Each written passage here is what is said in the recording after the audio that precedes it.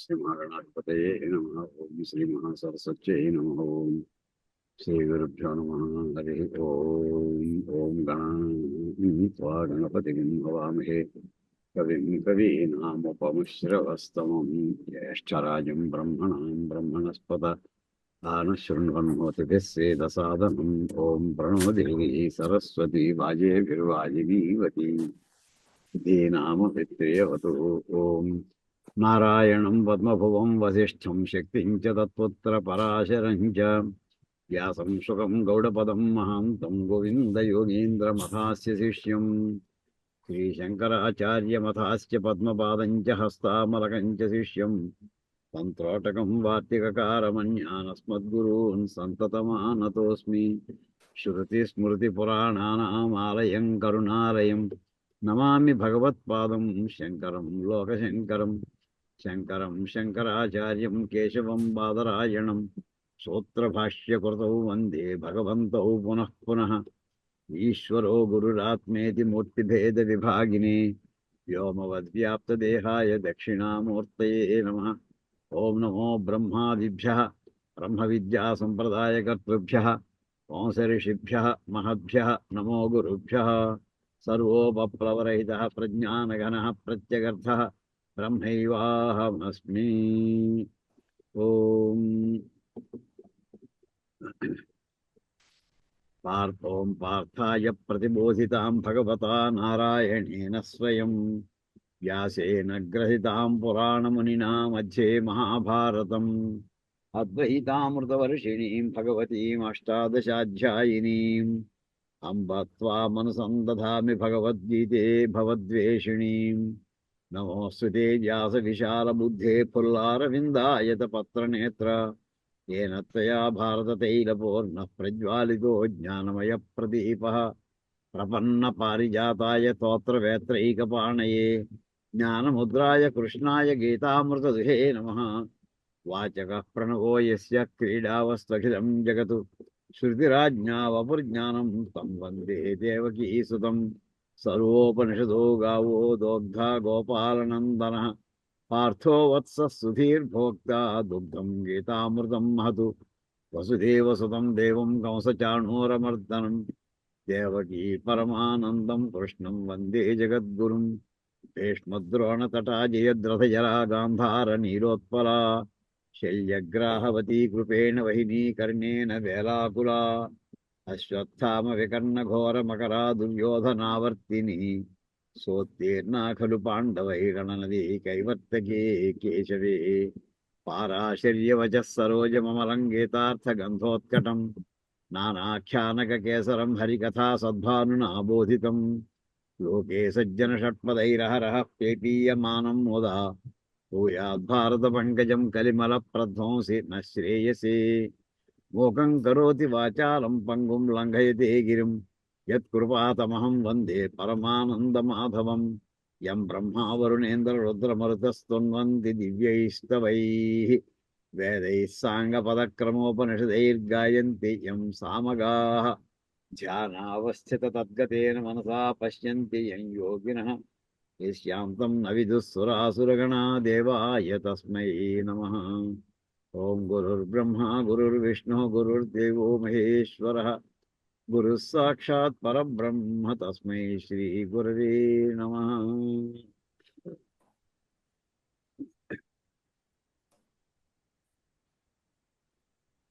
మనం పరమేశ్వరుని యొక్క అనుగ్రహంతో మళ్ళీ 2 వారాల తర్వాత కలుసుకున్నాం. మధ్యలో కొన్ని ప్రయాణాలు. అమ్మా 182 8వ శ్లోకం మొదలు పెట్టాలి. అదే అదే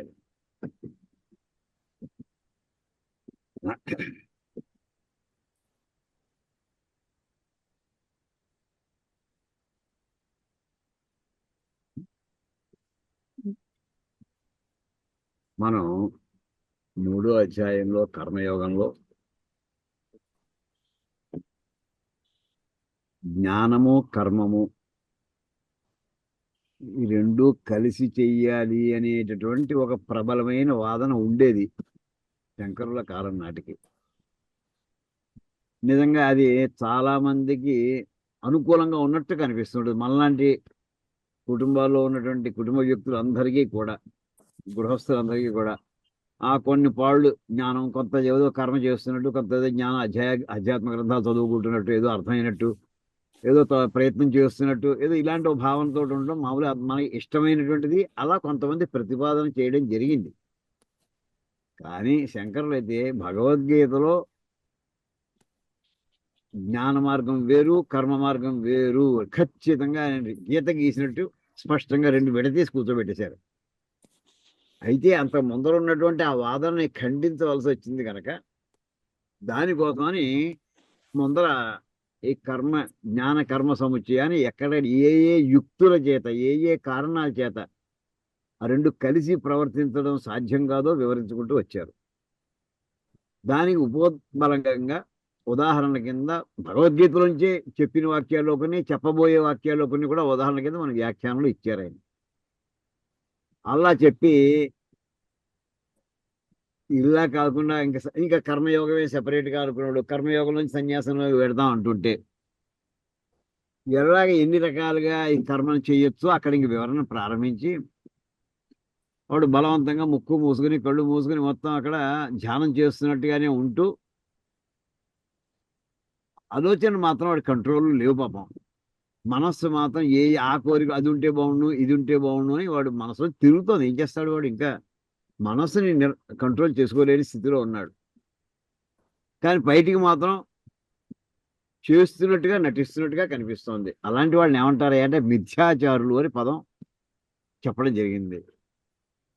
అలా కాకుండా అంటే ఏమైందన్నమాట, వాడికి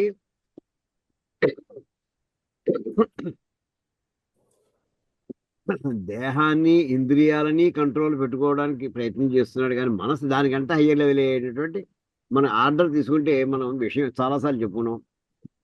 పదార్థము, దానికంటే హయ్యర్ లెవెల్ విషయము, దానికంటే పై లెవెల్ కర్మేంద్రియాలు, దానికంటే పై లెవెల్ జ్ఞానేంద్రియాలు, దానికంటే పైన మనసు, దానికంటే బుద్ధి, దానికంటే పైన ఆత్మ. ఇది మనకి గ్రేడింగ్ చాలాసార్లు చెప్పుకోవడం జరిగింది. కింద లెవెల్స్ని కంట్రోల్ చేసినట్టుగా కనిపిస్తోంది. దేహాన్ని, కర్మేంద్రియాలని ఆపుకున్నాడు, కదలకుండా కూర్చోవడం ట్రై చేస్తున్నాడు, కదలకుండానే ఉన్నాడు. కానీ దానికంటే హై లెవెల్ మనస్సుని కదలకుండా ఉంచుకోలేకపోయాడు. అది మనస్సు ఎవరు కనిపించదు, కళ్ళు మూసుంటే మహా ధ్యానంలో ఉండిపోయారు అన్నట్టుగా అనిపిస్తూ ఉంటుంది బయట వాడు చూసి వాడికి. కానీ అతనికి తెలుసును అతని మనసు నిలకడలో లేదని. అసలు వాస్తవం టోటల్గా అలాంటి వ్యక్తిని ఏమన్నారు? మిథ్యాచార అని అన్నారు. అలా కాకుండా ఇంకో కొంతమంది ఏం చేశారంటే హయ్యర్ లెవెల్ మనస్సుని కంట్రోల్ చేసుకున్నారు. హయ్యర్ లెవెల్, లోయర్ లెవెల్లో ఉండేటటువంటి ఇంద్రియాలని, దేహాన్ని కూడా అవి పనులు చేసేట్లా చేస్తున్నారు. మనసుకి వాటి మీద లగ్నం లేదు, విషయాల మీద. కానీ దానికంటే లోయర్ జ్ఞానేంద్రియాలతోటి, కర్మేంద్రియాలతోటి ఆ జీవి, ముఖ్యంగా కర్మేంద్రియాలతోటి ఆ వ్యక్తి కర్మలు చేస్తున్నాడు. ఈ ఇద్దరిలో ఎవరు బెటర్ అయ్యా అంటే లోయర్ లెవెల్లో కంట్రోల్ చేసుకుని హయ్యర్ లెవెల్తో కంట్రోల్ చేసుకోకుండా ఉండి కర్మ చెయ్యనట్టుగా ఉన్నవాడు వాడు బెటరా, లేక లోయర్ లెవెల్లో ఉన్న వాటిని కాకుండా హయ్యర్ లెవెల్ వాటిని కంట్రోల్లో పెట్టుకుని లోయర్ లెవెల్లో వాటిని అది పని చేయిస్తున్నట్టుగా ఉంటూ మనసుని దానికి లగ్నం కాకుండా ఉన్నాడు ఎవరు అంటే వీడు బెటర్ అయ్యా అన్నారు.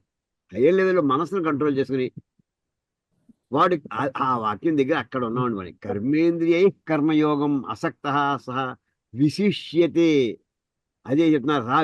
ఇతరస్మాత్ మిథ్యాచారాత్, డాంబికమైనటువంటి ఆచారం అంటే ఇంత మొదటి కేటగిరీ అది డాంబికం, అది నాటకం. ఆ డాంబికం ఏంటంటే బయటి వాళ్ళకి భ్రాంతిని కల్పించేటటువంటిది. అటువంటి వాడికంటే వీడు బెటర్ అయ్యా అని అంటే చెప్పి తర్వాత అక్కడి నుంచి అయితే ఏం చేయమంటావయ్యా అని అర్జునుడు అడిగే లోపుగానే కృష్ణ పరమాత్మ ఇక్కడి నుంచి అందుకుంటున్నారు. యత ఏవం అత అంటే కర్మ చేస్తున్నాడు. ఇందాక హైయర్ లెవెల్లో ఉన్నటువంటి మనసుని కంట్రోల్ చేసి లోయర్ లెవెల్ బాడీ చేత ఇంద్రియాల చేత కర్మ చేస్తున్నాడు వాడు. ఏది బెటర్ అంటావు అంటే నియతం కురు కర్మత్వం కర్మజ్యాయో హ్యకర్మణ శరీరయాత్రా పిచతే న ప్రసజ్జేద కర్మణ. పదవిభాగం తీసుకుంటే ఒక్క సెకండ్, ఇప్పుడే ఒక్క సెకండ్.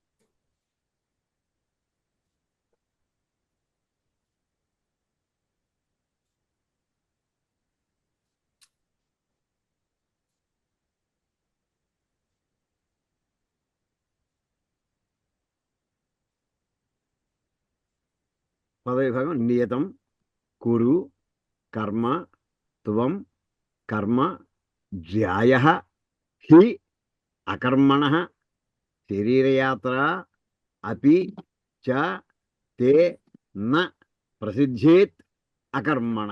అదని పదవిభాగం. అంటే నువ్వు నిత్యకర్మని చేస్తూనే ఉండు.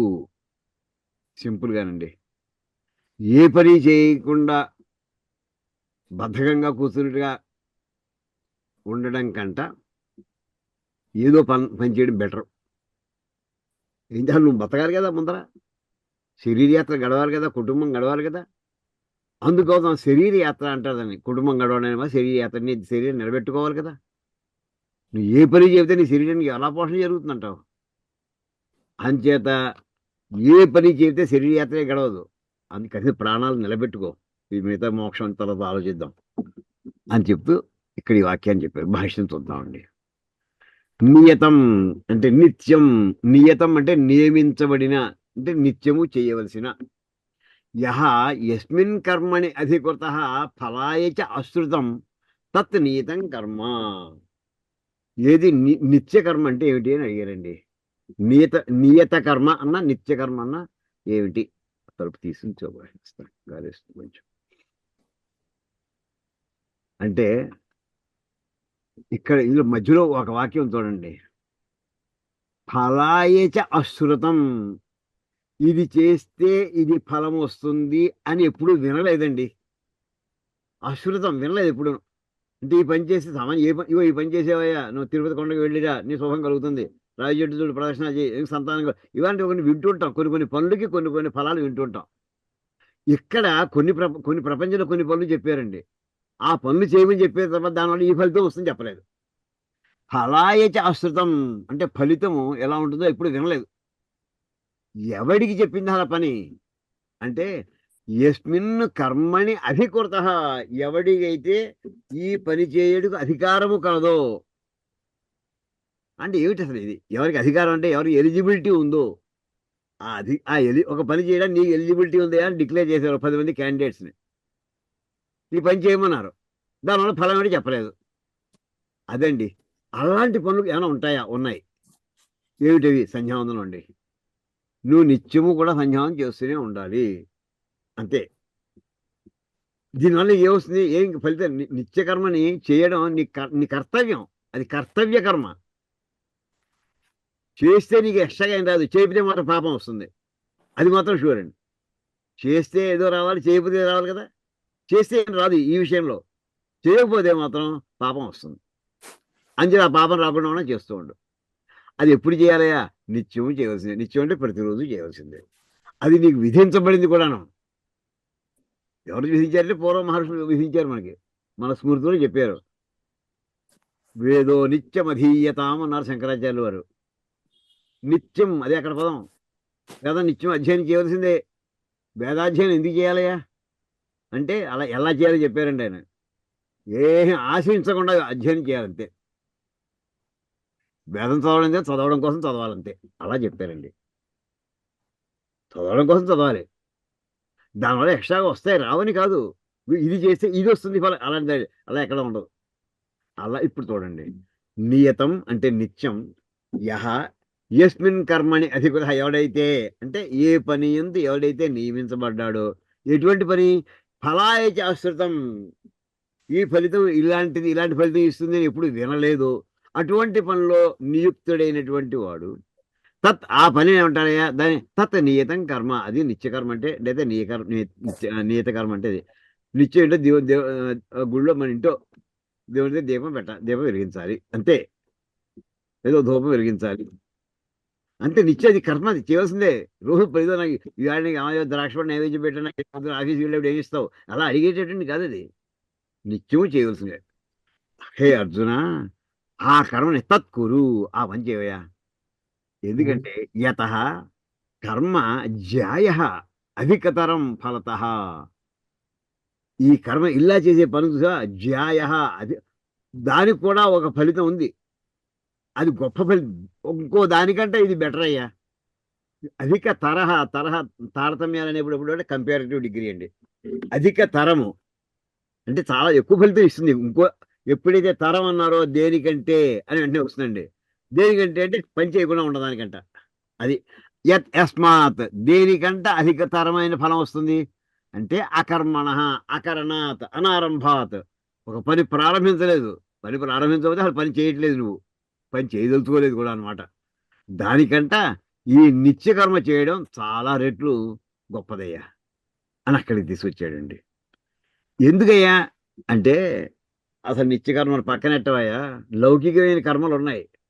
నీ ముందర నీ శరీరం నిలబడాలి కదా. ఇవాళ మనం అందరం ఏం చేస్తున్నాం, ఆ శరీరం నిలబడడం కోసం ఎక్కడో ఉద్యోగంలో చేరుతున్నాం, ఒక సాఫ్ట్వేర్ కంపెనీలో చేరుతున్నారు పిల్లలందరూ. ఎలా చేయిస్తున్నారని వాళ్ళు రక్తం పిండుతున్నారు. దేనికోసం అసలు వీళ్ళు వదిలేస్తారా? పొద్దున్న 9 o'clock 8:30 9 o'clock కూర్చుంటాడు సిస్టమ్ ముందర. ఎప్పుడు లంచ్ చేస్తాడో తెలియదా, ఎప్పుడు టిఫిన్ ఉంటుందో తెలియదా, రాత్రి భోజనం ఎన్ని గంటకో తెలియదా. అప్పుడు ఇంట్లో వాళ్ళదే ఈ గదిలో నుంచి వాడు వర్క్ ఫ్రమ్ అయితే ఇంట్లో ఈ గదిలో నుంచి గదిలో ఫోన్ చేసి నాకు అర్జెంట్గా టిఫిన్ అరేంజ్ చేసి బాక్స్లో పట్టు ఇక్కడ పెట్టేసి అంటాడా. ఎందుకోసం అంటే దేహయాత్ర కోసం, కుటుంబాన్ని నిలబెట్టుకోవడం. ఈవేళ ఉన్నటువంటి పరిస్థితుల్లో దేహాన్ని ఎలా నిలబెట్టుకోవాలి? దేహం అంటే తన ఒక్కడే కదా, తన ఫ్యామిలీ ఎలా గెటాన్ చేయాలి. ఒక క్షణం ఆలస్యం అయితే వాడు ఉద్యోగాలు చేస్తున్నాడు, ఎన్ని రకాల వార్తలు వింటున్నాం, దారుణమైన వార్తలు. ఉద్యోగం లేకపోతే మనకి ఇంకో ఆధారం ఏం లేదు. దానికోసం వచ్చి అన్ని లౌకికమైనటువంటి జీవనం కోసం ఎన్ని పనులు చేస్తున్నామో అటువంటిది నిత్యకాస ఆధ్యాత్మిక మార్గంలో వెళ్ళాలనుకున్నవాడికి ఆ మాత్రమే పని చేయొద్దుటయ్యా నువ్వు.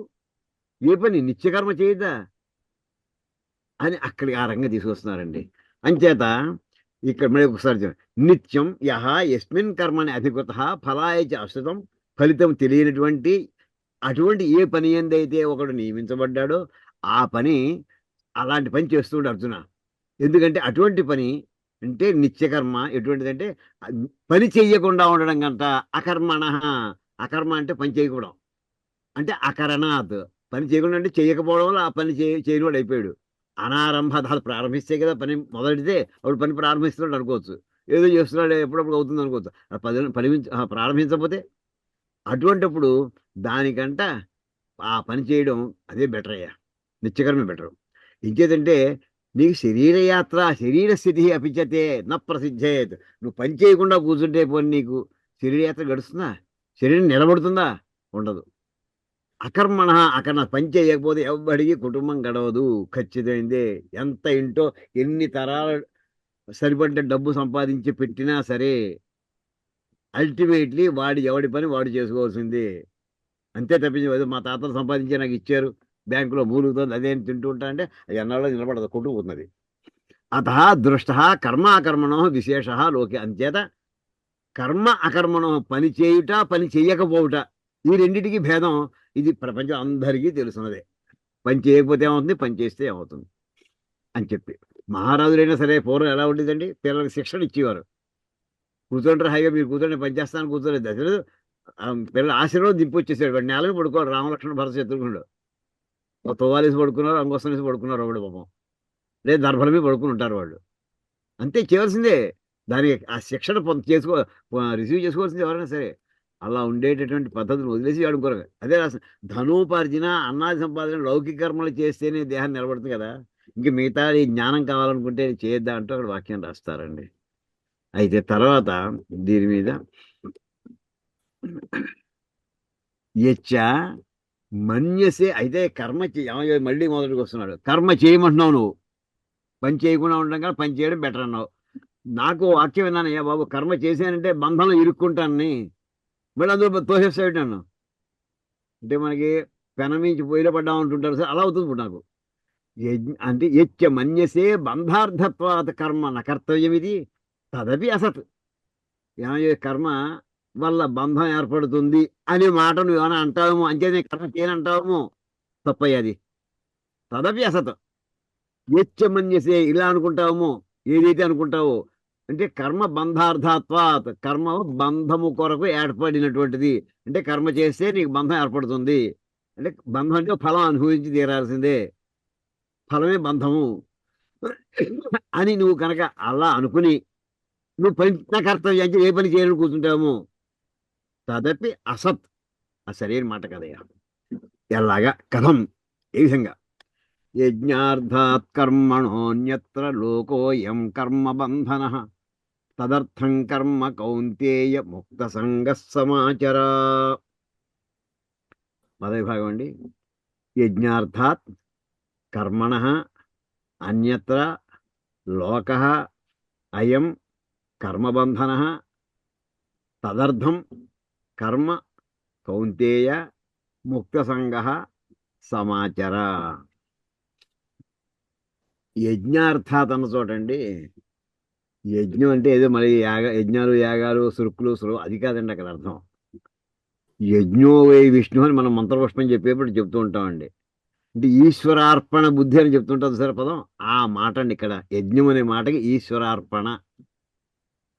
యజ్ఞార్థాత్ కర్మణ అన్య యజ్ఞ అంటే యజ్ఞో వై విష్ణు అంటే యజ్ఞార్థాత్ విష్ణువు కోసం చేసే కర్మలు తప్ప మిగతావన్నీ కూడా కర్మానికి మిగతా కర్మలని కూడా బంధనాన్ని దారితీస్తాయి. కరెక్టే నువ్వు చెప్పింది. ఏవి తప్ప? విష్ణు ఈశ్వరార్పణ బుద్ధితో చేసేవి తప్ప.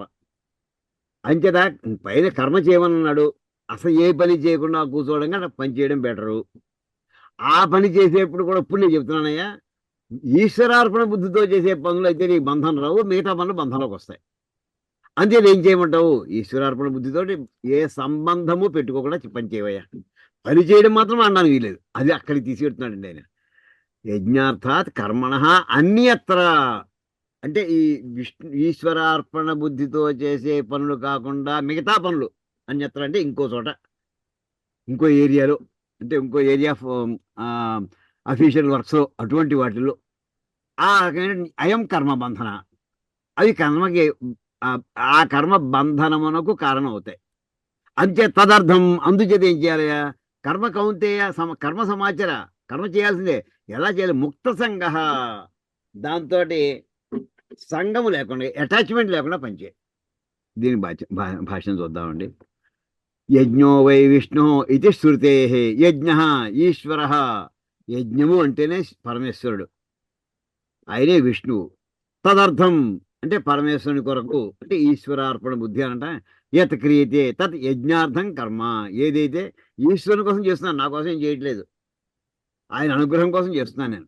తదర్థం ఆయన ఏమో సంతోషిస్తాడని భావిస్తున్నాను, నాకేమో ఇందులో సంబంధించి ఏమీ లేదు అని ఎవరైతే యత్ క్రియతే, ఏ పని అయితే ఎవరైతే చేస్తాడో తది యజ్ఞార్థం కర్మ, అది ఈశ్వరుని కొరకు చేసే పని. అది దాన్నే ఇంకో మాట చెప్పాలంటే యజ్ఞము కొరకు చేసే పని. తస్మాత్ కర్మణ, ఆ పంచవిభక్తి అండి కర్మ అనేది. తస్మాత్ అని కూడా పంచవిభక్తి. తస్మాత్ కర్మ, ఆ పని కంటే అన్యత్ర, వేరొక చోట, అంటే ఆ పని కాకుండా మిగతాది.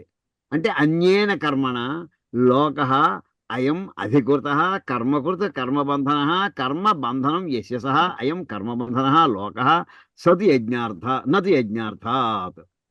అంటే ఇంకా ఈశ్వరార్పణ కోసం చేసే పనులు కాకుండా మిగతావి. ఇప్పుడు చూడండి, మనం రోజు చేసే పనుల్లో ఈ రెండు చేస్తామండి. అంత మరీ బొత్తిగా నాస్తికులం కాదు. ఓ పూజ చేస్తాం, గంట సేవ అరగంట సేవ 10 నిమిషాలు చేస్తామండి. ఆఖరి పరమేశ్వర అర్పణ వస్తూ అని అన్నామండి, అయిపోయింది. తర్వాత ఇంకేమిటి, మన ఇంట్లో కూర్చున్నాం, రిటైర్ అయిపోయిన వాళ్ళం ఇంట్లో ఏం చేస్తూ ఉంటాం? కాసేపు పేపర్ చదువుతాం. అది ఈశ్వరార్పణ బుద్ధి కోసం చేస్తున్నామా? లేదు. పేపర్ చదవకపోతే ఆ పేపర్ కొంతమంది ఎంత అటాచ్మెంట్ ఉంటుందంటే, పేపర్ రాకపోతే ఇంకా 10 సార్లు వరండాలు అటు ఇటు తిరుగుతూ ఉంటే పేపర్ వచ్చేదాకా. లేదా ఇప్పుడు ఇవాళ గూగుల్ ఫోన్ వచ్చిందో ఫోన్ చూస్తూ ఉంటాం, లేదా టీవీ ఉంటే టీవీ పెడుతుంటాం, ఆ వార్తలు వినాలి. అది వ్యసనం అయిపోయింది. అది పరమేశ్వరార్పణ బుద్ధితో చేస్తున్నాం, చేయట్లేదు. ఆ సమయంలో ఎవడో కాస్త అయ్యా 4 బియ్యం రూపాయలు 4 రూపాయలు ఇప్పించండి, ఏదో చిన్న పని వచ్చాడు, ఆ చేసే పనిలో అవకాశం ఉంది మనం ఇవ్వడానికి. అది వాడు ఏమంటారు, పొద్దున్న వాడు ఏదో మార్నింగ్ ఏదో 9 o'clock లోపుగా ఇస్తే మనం ఇద్దామని ఏదో మనసులో పెట్టుకున్నాం అనుకోండి, ఒక ప్లాన్ మనది. పొద్దున్న 10 లోపుగా రావాలి వాడు. తర్వాత వచ్చి ఇప్పుడు నాకు కుదరదయ్యా, నేను ఇంకో పనిలో ఉన్నాను. ఇలాగా మనం చేసే పనులు 2 రకాలు చేయడానికి అవకాశం ఉన్నప్పుడు, ఆ పరమేశ్వరార్పణ బుద్ధితో చేసే కర్మలు కాకుండా అన్యత్ర అన్యేన కర్మణ, అంటే మిగతా పనులతోటి లోక అయం అధికృత, వాటి మీద అతుక్కుని కూర్చుని, అధికృత అంటే అధికారం కలవాడే, అంటే ఎలిజిబిలిటీ ఉంది. పేపర్ చదవడానికి ఎలిజిబిలిటీ ఉంది, ఎవరినో వస్తే మాట్లాడడానికి ఎలిజిబిలిటీ ఉంది వాడికి. కర్మ కృతు ఆ రకమైనటువంటి మిగతా పనులన్నీ ఏవైతే చేస్తూ ఉంటాడో కర్మబంధన. ఆ పనులన్నీ కూడా వాడి బంధనము కలిగిస్తాయి. యస్య సహా అయం కర్మబంధన, అది అలాంటిది ఎవరికైతే ఉంటుందో ఆ కర్మ బంధనానికి కారణం అవుతుంది. అది నతి యజ్ఞార్థాది, అది ఈశ్వరానుభూతి చేస్తుంది కాదు. పేపర్ చదవడం కూడా ఈవేళ వార్తలు వచ్చాయి. ఇరాన్ వాడు వెళ్ళి ఇరాక్ మధ్యలో వాడు బాంబు పేల్చాడు. ఎందుకు వచ్చిన కూడా ఎంత పరమేశ్వర అర్పణ వస్తుంది, పేపర్ అక్కడ మూసేస్తే బెటర్ అండి. నిజంగా దానివల్ల సుఖం వచ్చింది, మనకి ఏం లాభం కలిగింది ఆ పూట? అమెరికా వాడు ఏదో అన్నాడు, రకరకాల నాటకాలు ఇస్తున్నారు అంటున్నాడు వాడు. మరి ఎన్ని రకాల మాటలు ఎందుకు వాళ్ళ కూడా మనకి ఎందుకు? పరమేశ్వర అర్పణ వస్తుంది, వదిలేసేయండి అక్కడ ఆ టాపిక్. అంటే లౌకికమైన విషయాలే, సంబంధం లేనటువంటి దాన్ని కూడా ఇంకా నాకు ఈ పూట హాలి వార్తలు ఎందలుచుకోలేదు, క్లోజ్ చేసేసేయండి అనేప్పుడు ఆఖరణ పరమేశ్వర అర్పణ వస్తుంది అనుకుని వదిలేసేయండి. అదే తదర్థం యజ్ఞార్థం. కానీ ఇప్పుడు చేసే పనులని కూడా అలా చేయట్లేదు మనం. అంచేత ఆ చేసే పనులు కూడా ముక్త సంగ, కర్మఫల సంగవర్జిత. ఆ చేసిన పని వల్ల మనకి రాబోయే ఆ అటాచ్మెంట్ వల్ల రాబోయేటటువంటి ఆ బంధం ఏదైతే ఉందో ఆ బంధం నుంచి తప్పించుకున్నవాడే, ఆ బంధం లేనటువంటి వాడే సన్ సమాచార నిర్వర్తయ. ఆ రకంగా పనులు చేస్తుండయా. ఇప్పుడు చెప్పినటువంటి దాన్ని కొన్ని ప్రాక్టీస్ చేయొచ్చండి మనం. 100 పాయింట్లు ఉండొచ్చు, ఒక్కసారి ఆలోచించండి. అది మనకి అనవసరమైందే, అది చేయకపోతే ప్రమాదం ఏం లేదు. అది పూజ చేసే సమయంలో జరుగుతుంది కదా, తర్వాత చేసే టైంలో ఆఖరి పని వదిలేసేప్పుడు చేసేప్పుడు పరమేశ్వర అర్పణ వస్తూ మాట అనేస్తూ ఉండండి. ఏమైంది, కష్టం ఉంది, అలవాటు చేద్దాం, ప్రారంభిద్దాం ఎక్కడో అక్కడ. అది ఆ రకంగా చేయడం అనేది ఇక్కడ మనకి ఈ శ్లోకంలో సూచించబడుతోందండి. ఇది అయిన తర్వాత నెక్స్ట్ వెళితే ఇతశ్చ అధికృతేన కర్తవ్యం కర్మ. ఇతశ్చ అధికృతేన అంటే ఇక్కడ చెప్తాడండి, ఇంకో కారణం చేత కూడా కర్మ చేయవలసి ఉందయ్యా అని చెప్తాడండి. ఇక్కడి నుంచి మనకి యాక్చువల్లీ సృష్టి రహస్యాన్ని బోధిస్తున్నాడండి పరమేశ్వరుడు. ఆయన యొక్క కాస్మిక్ డిజైన్ని ఇక్కడ ఎక్స్ప్లెయిన్ చేస్తున్నాడండి. సృష్టి ఎలా నడుస్తుంది అసలు అది ఇక్కడ చెప్పాడండి. సహ యజ్ఞా ప్రజా సృష్ట్వా పురోవాచ ప్రజాపతి అనేన ప్రసవిష్యధ్వమేషవోస్తివిష్టకా మధుగు. సహయజ్ఞా ప్రజా సృష్ట్వా పురః ఉవాచ ప్రజాపతి అనేన ప్రసవిష్యధ్వం ఏషః వహ అస్తు ఇష్టకామధు. ఇదండి సహయజ్ఞ అనేది. సహ వేరు యజ్ఞ వేరు కాదండి. సహయజ్ఞ ఒకటే పదంగా తీసుకో, సమాసం అది. ఏమండి ఇప్పుడు ఇక్కడ ఏం చేస్తున్నాడంటే అండి, సృష్టిలో మనం చేసేటువంటి కామ్యకర్మలన్నీ ఏవైతే ఉన్నాయో వాటికి ఎక్స్ప్లెయిన్ సామాన్య జనం 1,99,00,000 ఎవరో ఒక్కడో ఇద్దరు వదిలేసేయండి. వీళ్ళందరూ సమస్యలో ఇరుక్కున్న వాడని మనం. ఏదో సమస్య ఎప్పుడప్పుడు వస్తుంది, ఇవాళ ప్రతిరోజు ప్రతి సమస్య ఉంటుందని కాదండి. ఎలా బయటపడాలి? మరి అలాంటి మీకు ప్రాబ్లం ఉంది, బయటపడాలంటే కర్మ చేయమని కదా, ఇలా చేయండి. ఇదివరకు ఇలా చెప్పాను నేను, ఆ చెప్పినట్టుగా అది బ్రహ్మగారికి చెప్పాను నేను, ఇంకోలేదు బ్రహ్మగారు ఇలా చెప్పాడు. ఏం చేశాడంటే సృష్టి చేస్తూ పరమాత్మ ప్రజలను సృష్టిస్తూ జీవులందరినీ సృష్టిస్తూనే యజ్ఞాలను కూడా సృష్టించేటండి, ఏర్పాటు చేసేట. తీర్థం తీర్థం, ప్రసాదం ప్రసాదంలాగా సృష్టించబోలు జీవులందరూ ఓ పక్కని, ఈ యజ్ఞాలు చేసే పద్ధతులన్నీ రెండో పక్కన ఉంటే ఒకడు కూడా ఏం తెలియదు. లింక్ పెట్టాడు, రేపు మీరు అక్కడ పుస్తకాలు ఉన్నాయి చూడండి, అక్కడ చేసే పద్ధతిని చూడండి, మీరు అవి నేర్చుకుని ఎప్పుడు మీకు ఏ సమస్య వస్తే అప్పుడు ఆ రకమైన అక్కడ ఆ పుస్తకాల్లో చెప్పిన విషయం మీరు చేసుకుంటారా, మీ కోరికలు తీరతాయి అని చెప్పి ఆ వేళ ఆయన బోధ చేసేటండి. ఇది సామాన్యంగా 100,000,000 అందరికీ అవసరం వచ్చే పనులు. ఆ విషయాన్ని ముందు అది సృష్టిత దాని మీద ఆధారపడి ఉంది, అవసరాలు తీరడం మీద ఆధారపడి ఉంది, అది ఎక్కువ భాగం. ఆ విషయం ఇక్కడ చెప్తాడండి. ఇప్పుడు భాష్యం చూడండి. సహయజ్ఞా యజ్ఞ సహితా ప్రజా, యజ్ఞములతో కూడి ఉన్నటువంటి ప్రజా అంటే జీవులను, ఎవరెవరిని? త్రయోమణి, ముఖ్యంగా భారతదేశం త్రయోవర్ణ, వర్ణత్రయం వాడిని. ఇంకేదో వాళ్ళు వేదాధ్యయనం చేశారు, వాళ్ళు చదువు అయిపోయింది, వాళ్ళకి నోటికి వచ్చును, కానీ వాళ్ళ మనసులోకి ఎక్కలేదు వాళ్ళకి. తాహ సృష్టి, అలా ఈ జీవులందరినీ కూడా సృష్టించిన తర్వాత ఉత్పాద్య పుట్టించి, ఎవరు? ప్రజాపతి బ్రహ్మగారు. పూర్వం ఇందాక చెప్పాను, పురోవాచ, దాని పద విభాగం చేద్దామండి. పురా ప్లస్ ఉవాచ, పురోవాచ. పురహ ఉవాచ కాదు, పురం అంటే నగరం అదేం కాదండి. పూర్వం, ఉవాచ ఇలా అన్నాడు. ఏమని అన్నాడయ్యా? పురా అంటే స్వర్గాదో, ఈ స్వర్గాదో కాదు, గుర్తెట్టుకోండి. ఇది సర్గాదో, సర్గము అంటే సృష్టి కాలము, క్రియేషన్ టైము. సర్గశ్చ ప్రతి సర్గశ్చ తథా మన్వంతరాణి చ. కాలం యొక్క నిర్ణయానికి మన ఇది అమర క్వశ్చన్ వస్తుందండి. సర్గము ప్రతి సర్గము మన్వంతరం అని అక్కడ వస్తూ అమర క్వశ్చన్. సర్గము అంటే ఏంటంటే సృష్టి కాలం. స్వర్గం అంటే మనకు తెలుసు, పాతాళం, నరకం ఇవన్నీ కూడా వస్తాయి, అందులోకి వస్తాయి. అంటే ఇక్కడ సర్గ ఆదౌ, సృష్టి ప్రారంభ కాలంలో. ఆదౌ అంటే అది మొదట్లో, సృష్టి ప్రారంభించిన మొదట్లో అంటే సృష్టి ప్రారంభిస్తూనే. ప్రజాపతి ఉక్తవాన్, ప్రజాపతి చెప్పాడు. ఏమని, ఎవరితో చెప్పాడు? ప్రజానాం స్రష్ట. ప్రజాపతి పేరు ఎలా వచ్చింది? ప్రజ, సృష్టించినవాడు ఆయన, ఆయన చేసి సృష్టించబడేవాడు జీవులు. అయితే ప్రజానాం స్రష్ట, ఎవరినైతే ఆయన సృష్టించాడో వాళ్ళతోటి ఆయన చెబుతున్నాడండి. అంటే ఓ తండ్రిలాగా ఏమని చెబుతున్నాడు? అనేన యజ్ఞేన, ఈ యజ్ఞంతో ప్రసవిష్యధ్వం ప్రసవ ఉద్ధి వృద్ధి ఉత్పత్తి తాం కురుధ్వం. మీకు అసలు బాగుపడాలంటే ఈ పని చేసుకుంటారా, ఈ యజ్ఞం చేయండి, మీరు వృద్ధిలోకి వస్తారు, మీకు వృద్ధి కలుగుతుంది. అంటే వృద్ధి కలుగుతుందంటే ఇంత ముందర లేనటువంటి ఏదో మీకు కావాలి, ఇంత ముందర లేదు, అది వస్తుంది. అది వృద్ధి అంటే. పెరుగుదల అంటే ఏమిటండి? పెరగని క్రితం అది లేదు, పెరిగిన తర్వాత ఏదో కొంత పెరిగారు, అది కావాలని కోరుకుంటున్నాం. ధనం వృద్ధి కావాలని కోరుకుంటాం, సంతానం వృద్ధి కావాలని, వంశం వృద్ధి కావాలని కోరుకుంటాం. అవన్నీ పూర్వం లేనివి కావాలని కోరుకునేవి. ఆ మాట చెప్తున్నాను. అంటే ప్రసవము అనే మాట, వృద్ధి అనే మాట ఏమిటంటే ప్రసవిష్యధ్వం, ప్రసవించండి. ప్రసవించుట అంటే సృష్టి, వృద్ధి పొందించుట, ఉత్పత్తి చేయుట, అదని అర్థం. ప్రసవ వృద్ధి ఉత్పత్తి తాం కురుధ్వం, అది ప్రసవిష్యధ్వం అనే మాటకి వృద్ధిని చెయ్యండి. దేని చేత? అనేన యజ్ఞాన, పైన వెనకాలను చూసుకోండి. ఈ యజ్ఞంతో మీరు వృద్ధిని చేసుకోండి, వృద్ధి పొందండి. ఎందుకంటే ఏష, ఎందుకయ్యా యజ్ఞం చేయమంటావయ్యా? నాకు దానివల్ల ప్రయోజనం చెప్పాలి కదా. ఏం లేదు, ఎవరికైనా ముందర మోటివేషన్ అంటారు చూసారా, ఆ మోటివేషన్ వాక్యం తర్వాతదండి. ఏష యజ్ఞ, ఈ యజ్ఞం చూసా, అది యజ్ఞ, ఏష యజ్ఞ అస్తు ఇష్టకామధుకు, ఈ యుష్మాకం మీకు అస్తు భవతు అవుగాక. ఏమిటవ్వాలి యజ్ఞం? ఇష్టకామధుకు. ఇష్టకామ అంటే ఇష్టమైనటువంటి కోరికలను, ఇష్టాన్ అభిప్రేతాన్.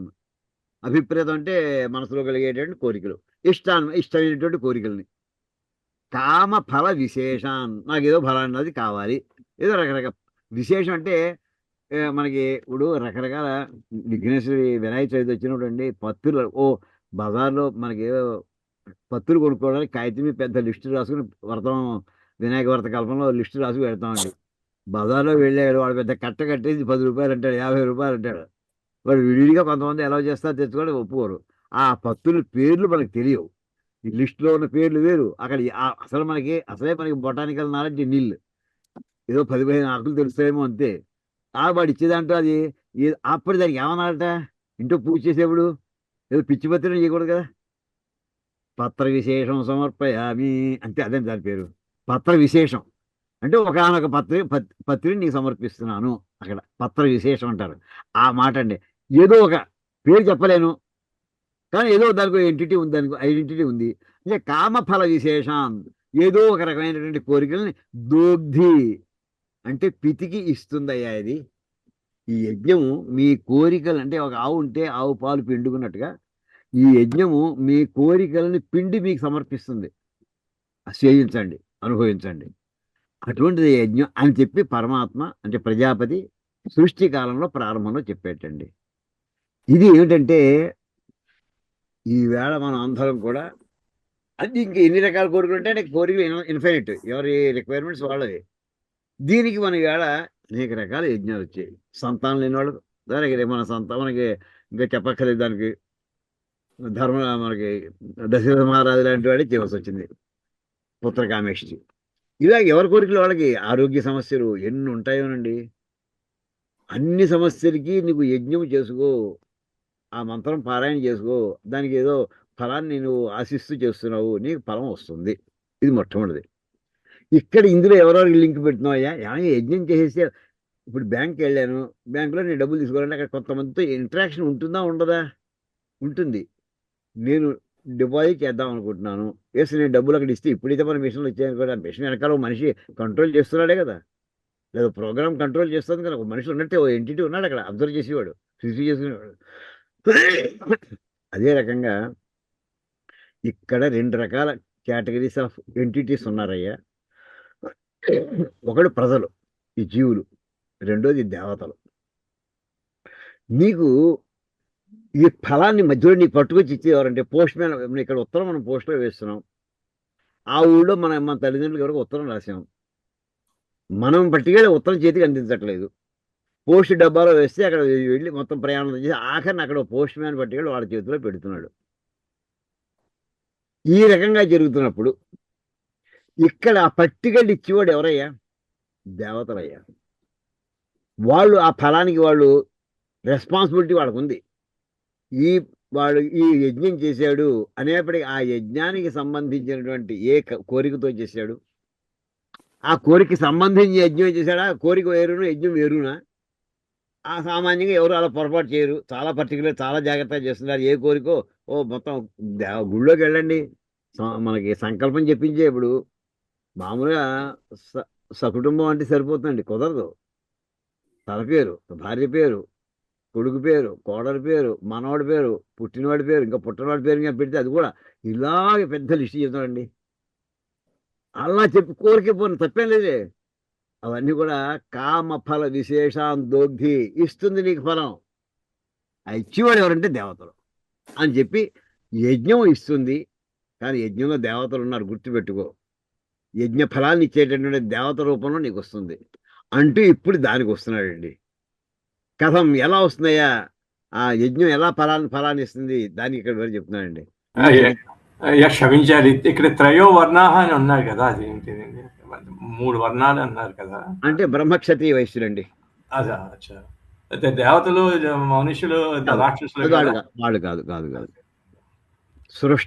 సృష్టించబడిన వాళ్ళము అంటే వాళ్ళు దేవతలు హయ్యర్ ప్లేన్. అది వీళ్ళని ఎందుకు చెప్పారంటే సామాన్యంగా కర్మాధికారం అనే మాట అంతా కూడా మన ప్రాచీన గ్రంథాలన్నింటిలో కూడా దానికి చెప్పడం జరుగుతూ ఉంటుంది. అది అంటే ఆ కాలంలో ఉండేటటువంటి వర్ణ వ్యవస్థ, సమాజ వ్యవస్థను బట్టి అక్కడ చెప్పడం జరిగిందని అలా అన్వయించుకుంటే మన సమస్య లేదండి. సమస్యకి మనకి ఎక్కడ కూడా సమన్వయత్వం కుదురుతుంది. దాని మీదే యుద్ధాలు చేసేవాడు చాలామంది రావచ్చు, అది మనకు అనవసరం. సమన్వయంతో చూసుకుందామండి. ఆ సామాజిక పరిస్థితులు వెళ్ళాలని ఏ మాట ఎప్పుడు చెప్పాడు. ఈవేళ సామాజిక పరిస్థితిలో కొన్ని రిజర్వేషన్స్ ఉన్నాయి సమాజంలో, అది కొన్ని అర్థాలు ఉండొచ్చు, ఉండకపోవచ్చు. ఆ తర్వాత వాడు ఏమిటి రిజర్వేషన్ సిస్టమ్ ఏంటి అసలు, ఈ మాట వీడు అనాగరికులు కదా అని ఎవరు రేపు పొద్దున అడిగితే అడగచ్చు, ఇంకో 1000 ఏళ్ళు పోయాక చెప్పలే ఎలా ఉండదు. అంటే ఏ సమాజంలో ఏ రోజు ఏ పరిస్థితిలో దానికి సంబంధించిన వాక్యాలు కొన్ని అక్కడక్కడ రిఫ్లెక్ట్ అవుతూ ఉంటాయి. అంటే త్రైవనిక అంటే ఎవరెవరికి చదువుకున్నటువంటి వాళ్ళు అని అర్థం తీసుకోండి, జ్ఞానులు అనుకోండి, కర్మిష్ఠులు అనుకోండి, అలా వస్తుంది. అయితే ఒక్క విషయం గుర్తుపెట్టుకోండి, ఇక్కడ ఈ చెబుతున్నదంతా కూడా మనకి 3వ శ్లోకం దగ్గర 4వ శ్లోకం దగ్గర చెప్పినప్పుడు ఏమని చెప్పాడు కృష్ణ పరమాత్మ? అర్జునుడు అడిగిన ప్రశ్నకి మొత్తము నేను 2 విభాగాలు చేసేసాను. జ్ఞాన భాగం అంతా కూడా, జ్ఞాన మార్గం అంతా కూడా సాంఖ్యుడికి, కర్మ మార్గం అంతా కూడా కర్మిష్ఠుడికి అని చెప్పేశాను, యోగులకి అని చెప్పేశాను. అది చేసేవాడికి ఇది కుదరదు, ఇది చేసేవాడు అది కుదరదు అని చెప్పేశాను. అక్కడి నుంచి ప్రారంభించి ఇప్పుడు చెబుతున్న కర్మ అంటే ఇక జ్ఞానుడికి, ఆత్మజ్ఞానం అంటే ఎవరండి? ఏది ఆత్మ పదార్థము, ఏది ఆత్మ పదార్థం కాదో నిత్యము దాని మీద దృష్టి ఏర్పరచుకోగలిగినటువంటి మహానుభావులు ఓ రమణ మహర్షి, ఓ రామకృష్ణ పరమహంస. వాళ్ళే ఎంతకాలం. ఇంకో ఉదాహరణ కూడా మనకు వద్దండి. అలాంటి స్థాయిలో మనం చేరామా? ఎన్ని యోజనాల దూరంలో ఉన్నాం మనం, ఎన్ని జన్మాంతరాల దూరంలో ఉన్నాం, ఎవరికి తెలియదు. అసలు చేరుతామో చేరో, ఎప్పుడు చేరుతామో ఎవరికి తెలియదు. అయితే 2వ భాగం, వాడు జ్ఞానులు కాకపోతే మిగతా వాళ్ళు ఎవరో అజ్ఞానులు అన్నారు అంతే.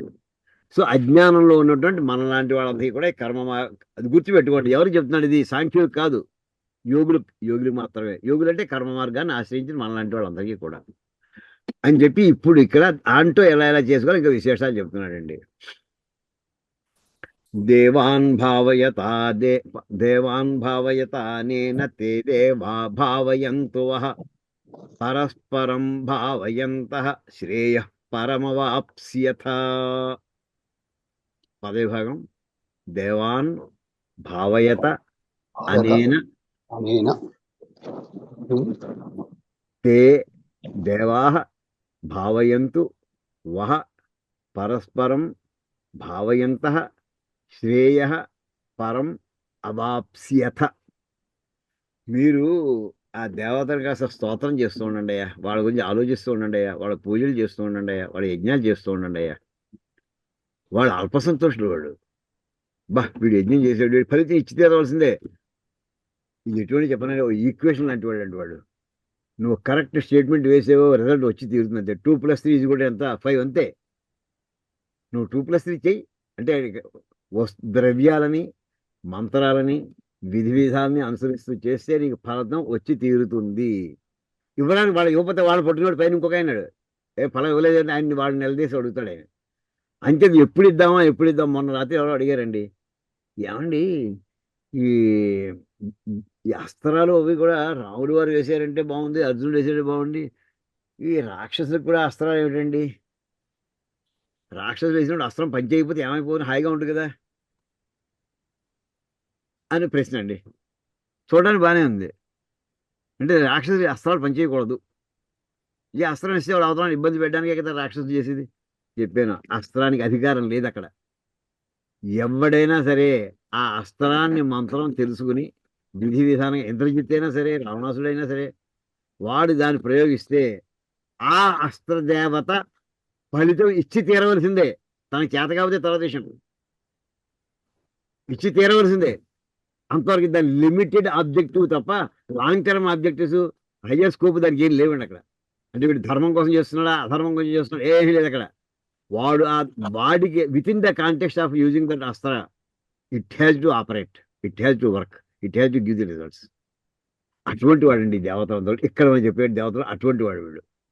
దేవాన్ భావయిత అనిన దేవతలు కనుక మీరు వృద్ధి పొందిస్తూ ఉంటే, వాళ్ళు పుష్టి కలిగిస్తూ ఉంటే, దేవతలు పుష్టి అంటే ఎప్పుడు వస్తుంది? దేవతలు వాళ్ళకి ఇచ్చే హవిస్సులు వాళ్ళకి ఇస్తూ ఉంటే అప్పుడు వాళ్ళకి పుష్టి కలుగుతుంది, వాళ్ళ తృప్తి కలుగుతుంది. దాని చేత వాడు వెంటనే మనకి వీళ్ళ చేశారు, వీళ్ళకి మనం ఏది చేద్దాం. ఏమడిగాడు వాడు?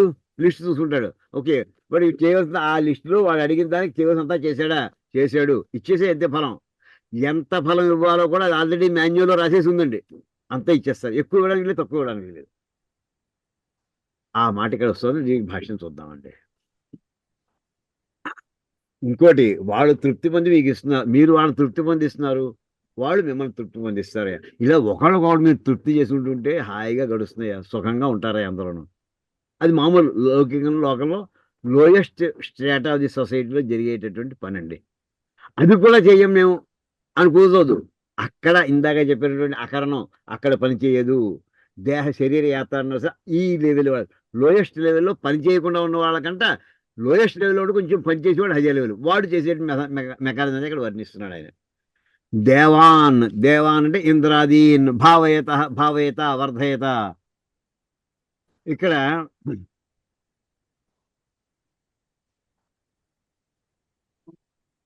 వర్ధయత అంటే వృద్ధి పొందించండి. ఇంద్రాదీన్, ఇంద్రుడు మొదలైన వాళ్ళని. అంటే మన హవిస్సులు కూడా ఇంద్ర యస్వాహ, సోమ యస్వాహ, ఇలా మనం ప్రజాపతి యస్వాహ అని మనం ఏవైతే హవిస్సులు సమర్పిస్తూ ఉంటామో ఆ స్వాహాకారం వారికి తీసుకెళ్ళి వాడికి అందిస్తుంది. దానివల్ల వాడికి తృప్తి కలుగుతుంది, వాడు వృద్ధి పొందుతారు. వాడు దేవాన్ ఇంద్రాదీన్ భావయత వర్ధయత. ఇంద్రశత్రుర్వర్ధస్వాను అంత ఉంది. వృద్ధి పదం ఇక్కడ శంకరులు ఎందుకు వాడే చూడండి. ఎందుకు పైన భావయత అనే మాట ఇస్తే ఇక్కడ వర్ధయత అని శంకరులు భాష్యం ఎందుకు రాశారు అసలు అంటే, సరిగ్గా అది మంత్రంలో ఉన్న భాగం వెంటనే స్ఫురణకి రావాలండి మనకి. ఇంద్రశత్రుర్వర్ధస్వ, ఒక దేవతని సంతోష పెట్టాలంటే వర్ధస్వ, వృద్ధి పొందవయ్యా. వృద్ధి పొందవయ్యా అంటే తృప్తి పొందవయ్యా, ఆనందించవయ్యా, హ్యాపీగా ఫీల్ అవ్వయ్యా అనే మన వల్ల ఇన్ని అర్థాలు ఫాలో అవుతాయండి. అంటే వర్ధయత, దేవతలను వృద్ధి పొందించు అంటే వాడు సంతోషపెట్టు. దేనితో? అనేన యజ్ఞాన, ఈ యజ్ఞముతోటి. అసలు యజ్ఞము అనే మాటకు అర్థం ఏంటండి? యజ్ఞము అనే పదం యజ్ అనేటటువంటి ధాతువు నుంచి ఏర్పడిందండి. యజ్ అనే ధాతువుకి అర్థం ఉంటుంది. యజ్ అంటే పూజ చేయుట, అది అర్థం అండి. యజ్ అంటే పూజ చేయుట, సేవించుట. ఆ పూజ చేయుట యజ్ అనేటటువంటి ధాతువు నుంచి వచ్చిన పదం కనుక యజ్ఞము. ఆ యజ్ఞం చేత అప్పుడు ఏమవుతుంది? తే దేవాహ, తే దేవాహ, ఆ దేవతలు భావయంతు ఆప్యాయంతు వృష్ట్యాదిన వహ యుష్మాన్. ఇప్పుడు నువ్వు వాళ్ళని దేంతో తృప్తి పొందించావు? మంత్రోచ్చారణ చేస్తూ హవిస్సును సమర్పించి సంతోషపెట్టావు. వాళ్ళు ఏం చేస్తారు? తే దేవ రిటర్న్ గిఫ్ట్ అనమాట. రిటర్న్ గిఫ్ట్లో తే దేవా, ఆ దేవతలు యుహ, ఇక చివరికి చూడండి, తే దేవా శ్లోకంలో తే దేవా వహ భావయంతు, మిమ్మల్ని వృద్ధి భావన అంటే ఇమాజిన్ చేయమని కాదండి, వృద్ధి పొందించు, వాళ్ళు మిమ్మల్ని వృద్ధి పొందిస్తారు. అంటే ఏం చేస్తారయ్యా అంటే వహ యుష్మాన్, యుష్మాన్ అంటే మిమ్మల్ని వృష్ట్య ఆప్యాయంతు, మీకు ఏది ఇస్తే సంతోషం కలుగుతుందో అది ఇస్తారయ్యా. ఏం కావాలి? వర్షం కావాలి ముందర అసలు. ఏడాది మొత్తం మీద ఎవరు చెప్తుంటారు 12లో 3 తీసేస్తే ఎంత అంటే 0 అన్నట్టు వాడు. అందరూ 12 3 తీసేస్తే 9 అంటాం. కాదు, 12 3 తీసేస్తే ఎంత 0 అంటే ఏమిటయ్యా అన్నారు. అంటే ఏడాది కాలంలో 3 నెలలు వర్షాలు లేకపోతే గోవిందండి మొత్తం అసలు ఎక్కడ ఎవరికి ఉండడానికి ఉండదు. అందుచేత ఆ ఆ రకంగా దాన్ని ఏది కావాలి అంటే వర్షం కావాలి. అంటే ఎంతగా వర్షం కావాలంటే వరదలు వచ్చే వర్షం కాదు. ఎంత వర్షం ఉంటే మన పంటలన్నీ కూడా చక్కగా పండుతూ ఉంటాయో అంతంత మాత్రం కావాలి. తక్కువ కాదు, ఎక్కువ కాదు. అంచేత అటువంటి వృష్ట్యాదిన వర్షము మొదలైన వాటి చేత, ఒక వర్షం ఒకటి ఇచ్చేసి కొద్ది మీద ఆపేస్తే కుదరదు. వర్షం ఇచ్చేసాడు, కాయలు చెట్లు పంటలు మాసి గింజలన్నీ ఎండిపోయి కుదరదు. మొత్తం అన్ని కూడా దానికి సంబంధించి ఎట్సెట్రా వృష్టి ఆదిన, వర్షము మొదలైన వాటి చేత. ఇక్కడ మనం వెంటనే గుర్తుపెట్టుకోండి, ఏమేమి ఉంటాయి అసలు, మనం ఎన్ని రకాల సుఖాలు మనం కోరుకుంటామో చూసినండి. ఇది మనకి చెప్పాలంటే మామూలుగా మనం ఎక్కడో ఇంటర్వ్యూలో చెప్పాను నేను, మన పంచామృతాలలోనండి తేనె వేస్తూ శివలింగం మీద అభిషేకం, రుద్రాభిషేకంలో తేనెతోటి మంత్రం చెప్తాడు. ఓం మధువాతారతాయతే మధుక్షరంతి సింధవ మాధ్వీర్న సంతోషధీ మధునక్తముతోషసి మధుమత్పార్థివం రజ మధుజ్జౌరస్తు నః పితా మధుమాన్నో వనస్పతిర్మధుమాగుం అస్తు సూర్య మాధ్వీర్గావో భవంతు నః అంటూ మనం ఆ మధు మధు అనే శబ్దం వింటూ ఉండగొద్ది సీసాలు ఆవు నెయ్యి ఎట్టుకొచ్చి దాని మీద మనం నెయ్యి కాదు తేనె పోసేసి శివలింగం మీద అభిషేకం చేసుకుంటూ ఉండే ఎంతో ఆనందంగా ఉంటుంది అది. కానీ అక్కడ మధు అనే శబ్దానికి తేనెని అర్థం కాదండి. అక్కడ మధు అనే పదానికి తేనెని అర్థం కాదు. అక్కడ అందులో 10 రకాల పదాలు 12 రకాల పదాలు ఉన్నాయి, వాక్యాలు ఉన్నాయి. ఒక్కొక్క కాంటెక్స్ట్లో ఒక్కొక్క అర్థాన్ని ఇస్తుందండి మధు అనేది. అక్కడ మొట్టమొదటి తీసుకోండి, మధువాతారతాయతే. ఇప్పుడు ఎందుకు చెప్తానంటే మనకి వృష్ట్యాదిన దేవతలు మనకి ఇస్తారన్నాం చూసారా, ఆ ఆది ఏమిటో చెప్తా. అక్కడ లిస్టులో అక్కడ కనిపిస్తుందండి. మనకి ఎన్ని రకాలు ఉన్నాయి చెప్పకుండా మనం అడిగేసి లిస్ట్ అంతా అక్కడ ఉందండి. మధువాతారతాయతే, వాయువులు ఎలా ఉండాలంటే పిల్లగాలి వీస్తున్నట్టు ఉండాలటండి. జంఝామార్దన వచ్చి చెట్లు కోకటి వేడతో పెకలించిపోయి ఇట్లా తుఫాను వచ్చినట్టు చెట్లు అడ్డంగా రోడ్డుకి అడ్డంగా పడిపోవడం, ట్రాఫిక్ బంద్ అయిపోవడం ఇలాంటి లేకుండా హాయిగా పైరు గాలి నుంచి వచ్చేటటువంటి విధంగా అలా మెల్లగా వస్తుండాలండి.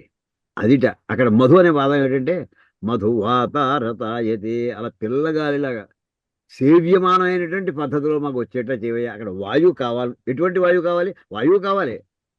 ఎటువంటి వాయువు? సుడిగాలి కాదు మాకు కావాల్సింది, మాకు సేవ చేసేటువంటి భావంలో ఉండేటువంటి వాయువు కావాలి. మధువాతారతాయతే మధుక్షరంతి సింధవ, నదులు ఎలా ప్రవహించాలి? సింధవ అంటే సింధు అంటే సింధునిది ఒకటే కాదండి, ఇండస్ట్రీ రివర్ ఒకటే కాదు. సింధు అనే పదానికి 2 అర్థాలు. నది జనరల్గా నది అని అర్థం ఒకటి ఉంది, సముద్రం అనే అర్థం కూడా ఉందండి. సింధు అంటే సముద్రం కూడా అర్థం ఉంది ఏమండి. అంచేత మామూలు సింధు నది కూడా అలాగే ఉంది. ఈ నదులన్నీ కూడా ఎలా ప్రవహించాలట? మధువాతారతాయతే మధుక్షరంతి సింధవ. ఆ వెళ్తుంటే ఎంత న్యూట్రిషియస్గా ఉండాలంటే, ఎంత ప్యూర్గా ఉండాలంటే, ఎంత అన్పొల్యూటెడ్గా ఉండాలంటే సెలయేళ్లలో ప్రవహించాలటండి నదులు. అంటే వీడి వరద లేకుండా ఉండాలి. అది ఒక రకమైన కోరికండి వృష్ట్యాది. అది కూడా దేవతలు ఇవ్వాల్సింది మనకి. మాధ్వీ ఇంకా చాలా ఉన్నాయి మొత్తం ఇందులో. మధువాతారతాయతే మధుక్షరంతి సింధవ. ఇంకా అక్కడి తర్వాత ఇంకా రాత్రి ఎలా ఉండాలి? మధునక్తం, హ్యాపీ గుడ్ నైట్ అంటారు సార్. గుడ్ నైట్ అనే మాట మన వేదంలో మధునక్తం అండి. మనం గుడ్ నైట్ అంటాం, లేకపోతే శుభరాత్రి అంటుంటాం. అంతకంటే మధునక్తం అంటే చాలా బాగుంటుంది అసలు. అంటే ఈ మధు సేవించమని కాదు అర్థం అక్కడ. అంటే మనకి సుఖవంతమైనటువంటి రాత్రి గడుచుగాక. ఉషసి, గుడ్ మార్నింగ్ కూడా అండి. అంటే మధుషసి. ఉషకాలం ఎలా ఉండాలంటే చల్లగా వేస్తుండాలి. మరి సరిగా గడ్డగడ్డు పోయి సరి కాదు. మనకి ఫిబ్రవరి మార్చి నెలలో మన ప్రాంతాల్లో ఎలా ఉంటుందో అలా ఉండాలి. ఇన్ని రకాల కోరికలండి. ఇవన్నీ ఎవరు ఇవ్వాలి? దేవతలు ఏర్పాటు చేయాలి. అవండి ఇక్కడ అడుగుతున్నది. నువ్వు కనుక దేవతలను ఆ రకంగా రుద్రుడిని ఆ తేలితోటో మిగతా వాటితో పంచామృతో సేవ చేస్తే నువ్వు అడగవయ్యా ఇవన్నీ నువ్వు అడిగితే వాళ్ళు కాదనరుగా. తే దేవాహ భావయంతు ఆప్యాయయంతు. మనం ఎంత ఆప్యాయంగా మాట్లాడుతున్నాం. ఈ ఆప్యాయంగా అనే మాట తెలుగు మాట కాదు, సంస్కృత మాట ఉండదు, గుర్తెట్టుకోండి. ఆప్యాయంగా మనం రిసీవ్ చేసుకున్నారు, చాలా ఆనందంగా రిసీవ్ చేసుకున్నారు.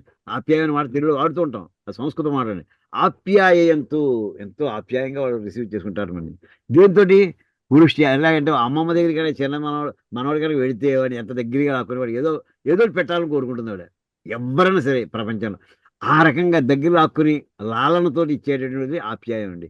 అలా చేస్తారే వాళ్ళు, మనకి అలా ఇస్తారట.